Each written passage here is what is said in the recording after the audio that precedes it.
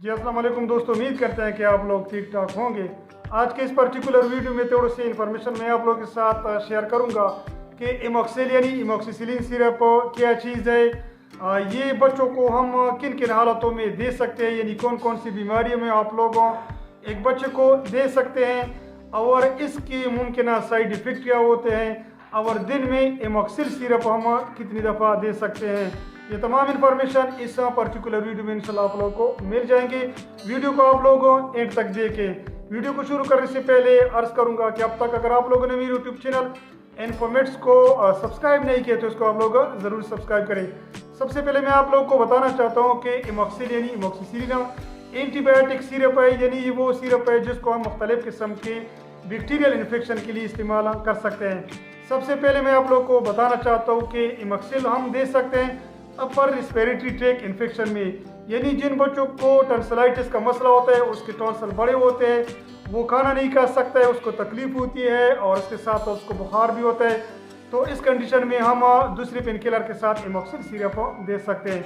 इसके अलावा जिन बच्चों को फेरिंजाइटिस का मसला होता है या लेरिंजाइटिस का मसला होता है, तो इन कंडीशन में भी हम एक बच्चे को इमोक्सिल सिरप दूसरी पेन किलर वगैरह के साथ दे सकते हैं। या ऐसे बच्चे जिनको ब्रोंकाइटिस का मसला होता है, उसको गले की तकलीफ होती है, गले में दर्द हो रही है और उसको खांसी भी आ रही है, तो दूसरे पेन किलर यानी बुखार वाली सिरप के साथ साथ हम इमोक्सिल सिरप बच्चों को दे सकते हैं।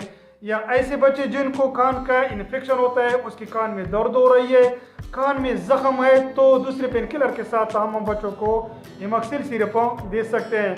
इसके अलावा हम इमोक्सिल सिरप बैक्टीरियल स्किन इन्फेक्शन में भी एक बच्चे को दे सकते हैं। मिसाल के तौर पर एक बच्चा है, उसको स्किन इन्फेक्शन हो गया, उसके स्किन में दाने आते हैं या इस किस्म की कोई और इन्फेक्शन होता है जो स्किन के साथ रिलेटेड होता है, वो बैक्टीरियल स्किन इन्फेक्शन होता है, तो इस इन्फेक्शन को कंट्रोल या ख़त्म करने के लिए हम भी इमोक्सिल सिरप बच्चों को दे सकते हैं। इसके अलावा अगर किसी बच्चे के नाक में इन्फेक्शन होता है, उसके नाक में दाना होता है और इस दाने की वजह से बच्चे को बुखार भी होती है, तकलीफ भी होती है, तो उसको ख़त्म करने के लिए, इसको कंट्रोल करने के लिए भी हम इमोक्सिल सिरप बच्चे को दे सकते हैं। अब आ जाते हैं कि इमोक्सिल सिरप हम बच्चे को दिन में कितनी दफ़ा दे सकते हैं।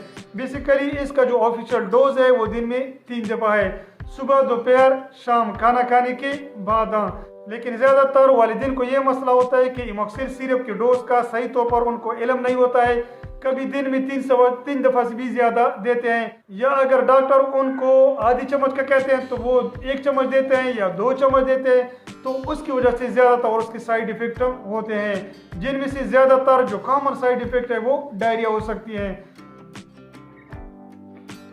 अब आ जाते हैं कि हम इमोक्सिल सिरप बच्चों को दिन में कितनी दफ़ा दे सकते हैं। बेसिकली इसका जो ऑफिशियल डोज है वो दिन में 3 दफ़ा है।